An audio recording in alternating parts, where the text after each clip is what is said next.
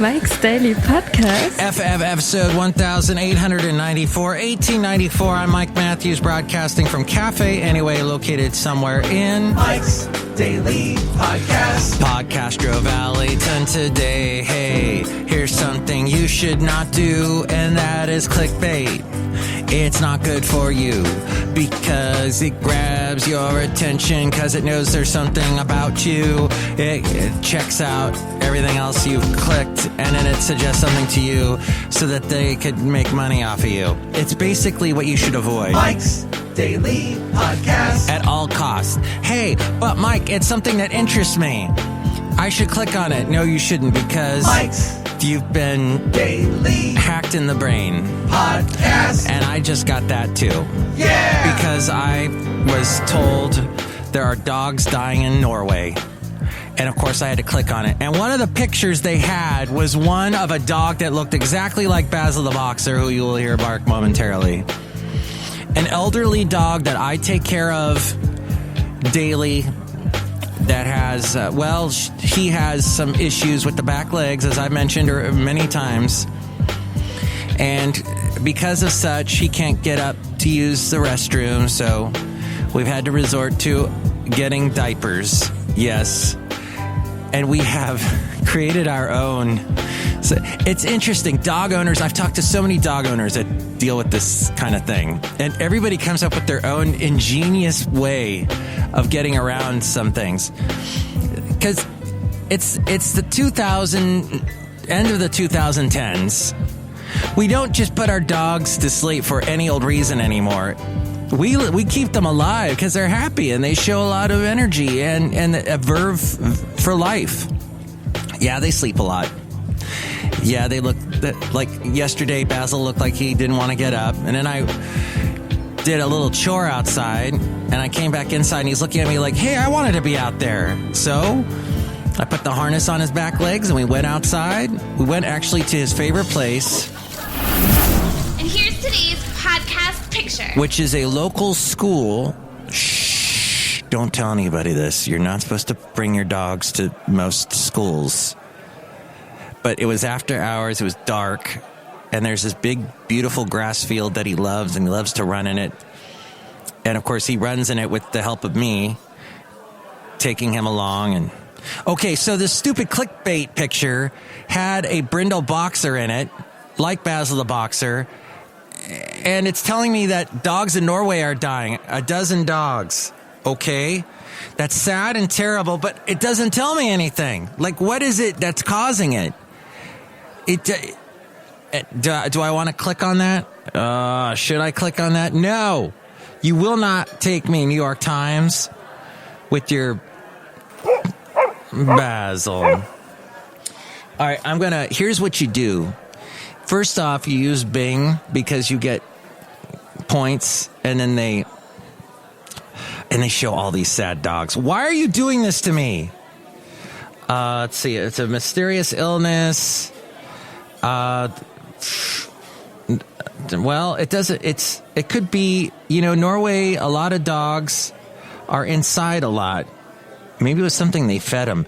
We had a serious issue with that a couple of years back with a tainted dog food. This happens actually from time to time. I don't switch my dog's food. He's been eating the same food, the same type of food from Costco, the same brand for almost his entire life. And when you change the dog food up, you open yourself up to all kinds of problems. That's my little 2 cents about that. Okay. But thank you, you stupid browsing Bing, which I do get points for, but dang, it knows I like dogs. And so it's showing me pictures about that. Your browsing experience might be completely different. But whether you browse this or that, here's the thing, is that life is short. And we should enjoy it and shouldn't be sitting there hitting clickbait all day and being sucked into one thing or another. You know what happened yesterday? As I'm now sitting here at Cafe Anyway, drinking my delicious Matthews Chino, I throw chia seeds in my Matthews Chino, by the way. I know that doesn't sound right. That sounds sacrilege. But it's an iced drink anyway. It's almost like an iced tea, almost like a boba drink. And chia seeds are like little boba seeds. This is where my thought process goes. Oh, so I was talking to a big celebrity in the Bay Area. He thinks he is anyway. And he's telling me about how a friend of his dad was unconscious. Unconscious? Or is unconscious? Unconscious. There we go. For a couple days. Yeah. And the son of this is an unfortunate incident, and I hate to bring this up, but his father was unconscious for 3 days. And the son of this poor man, he said, well, at least he's getting some rest. And my celebrity friend said, I don't think it works like that. And yeah, it's, we try and make the best out of a bad situation and try and reason it as best we can. But it's a bad situation. There's no way around it. And yes, I applaud you for coming up with something good to say about a bad situation. For example, me saying, well, my dog can't walk, but at least I'm getting my exercise, taking him around. And at least he's having fun running around. We have to make it, it's a bad situation, but we make the best of it. So, and that's life, because life's too short. That goes back to what I was just saying. Okay, full circle. I'm browsing through many topics today. But it is what it is. And we are what we are. We are what we are. Oh, we are like anybody else. There was a band called The Other Ones in the 80s. Wow, 80s flashback time. Is that why you listen to the show, for the 80s flashbacks? The 80s flashback that I'm having is a band called The Other Ones that had this song, We Are What We Are. And they also had a song called Holiday. Dun, dun, dun, dun, dun, dun, dun. Another holiday. And no one knows it except the total 80s fanatics that remember that. They were kind of this, what were they? Like a Euro dance band. The Other Ones is what they were called. And I only know them because that song was really popular when I first got into radio in the 80s, when I first started working at a radio station. Which, by the way, can we talk about radio for a second? And I talked about last show, the death of K-Fog. As we go outside a cafe anyway, we're bringing Mike's Daily Podcast, and we're in Podcastro Valley Ton today. And about how, radio stations change and morph and die and get reincarnated in other ways. And the thing is, as I am in the radio industry, and I was outside of the radio industry for about 5 years, and what I have discovered is podcasting's big, and I have a thing to say about podcasting in a moment, but it's also it's dying in that young people, I don't understand. So I met a young guy the other day, very young, in his early 20s, and he got into radio because his girlfriend was working at a radio station and said, why don't you come by and check it out? And he walked into a radio studio and fell in love. And I think, so Dennis Prager, a conservative talk show host, who is from Southern California, and who, when I hear him talk, all I can think about is Santa Monica. I think of Santa Monica in that area, and that's where I grew up, actually. Well, my early years as a baby, my mom basically moved from Germany to California, was working as a maid, as a child care person, an au pair, if you will, in Bel Air. Yes, what a job.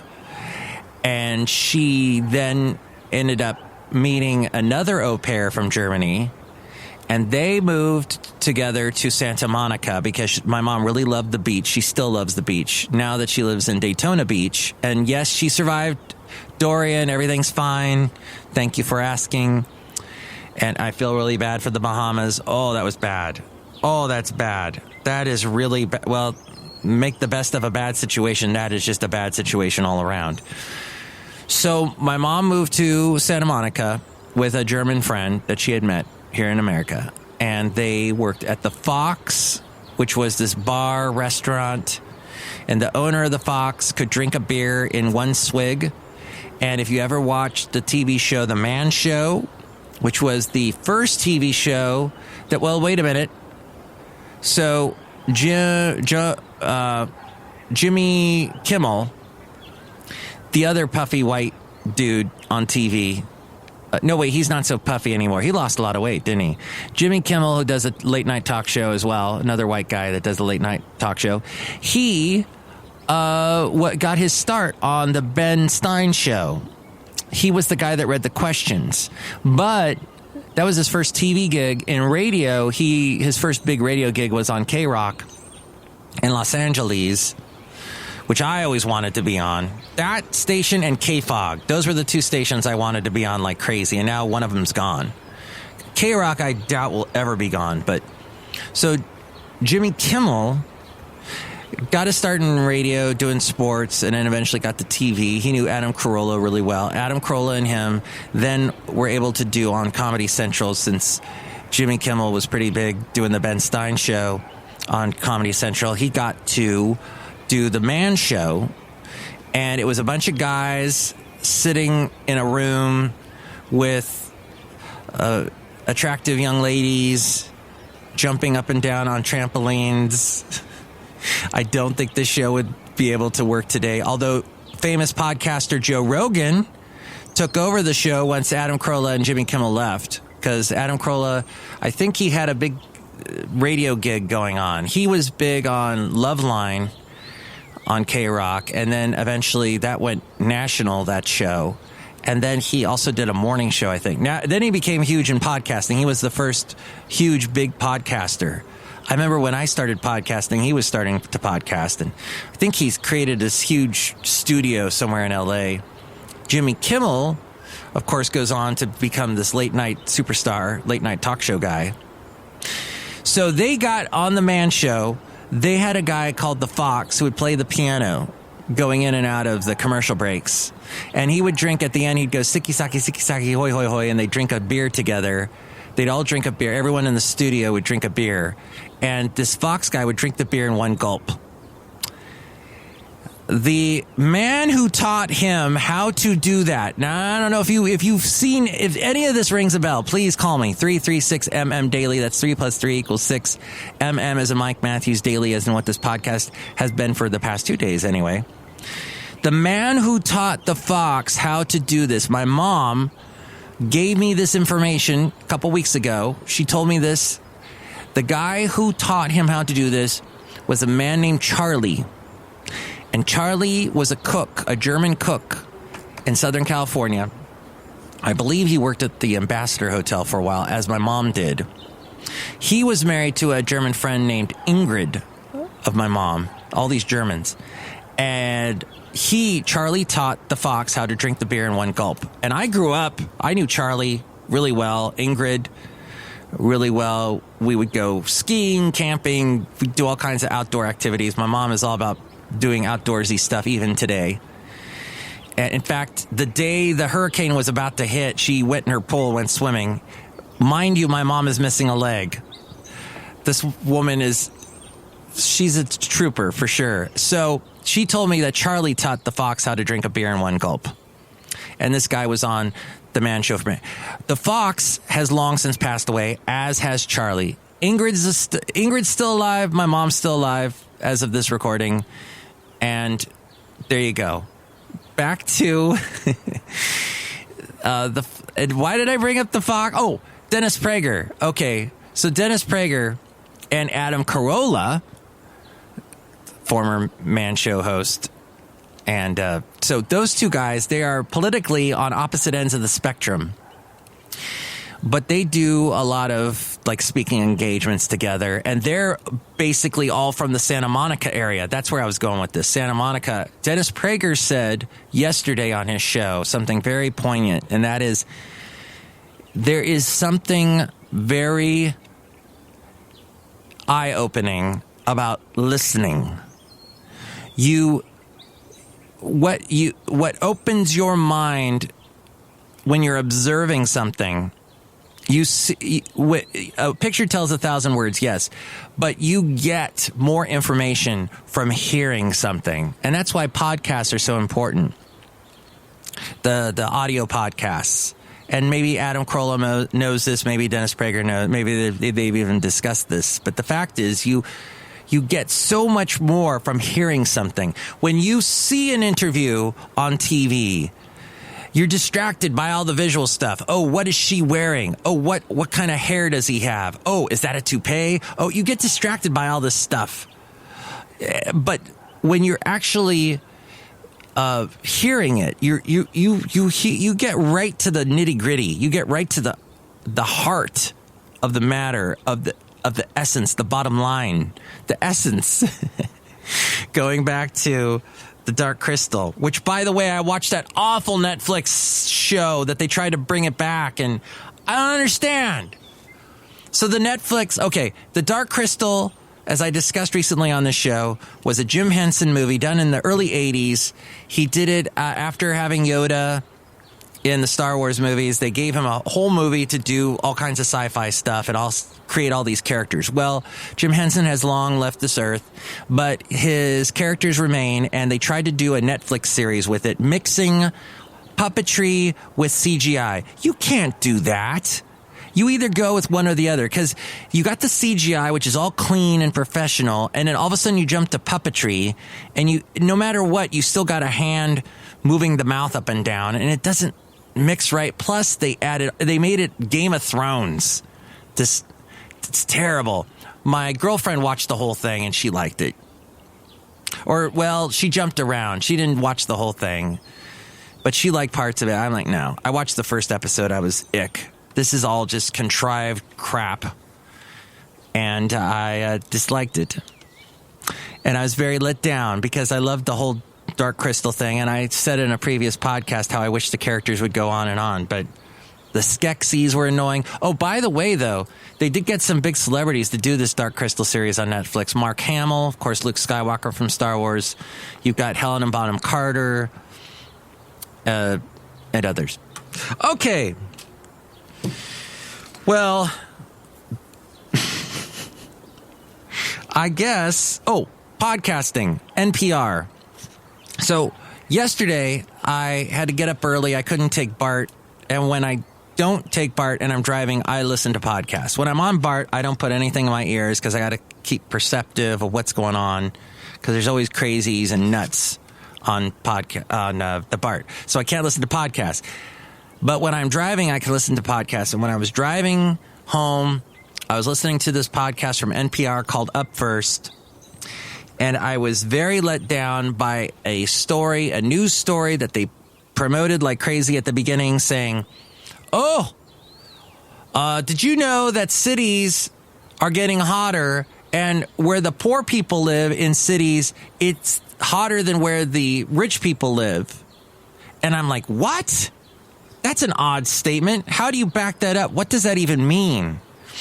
And the host talks to the reporter, this young lady that I've heard before do some stupid asinine NPR story before. I don't think she just grabs the most asinine headline and then backs it up in some weird way. And so that headline, this is how she didn't even back up the science behind it is that cities are hotter.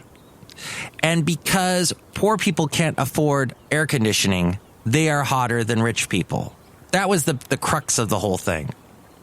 And it just made me, it took forever.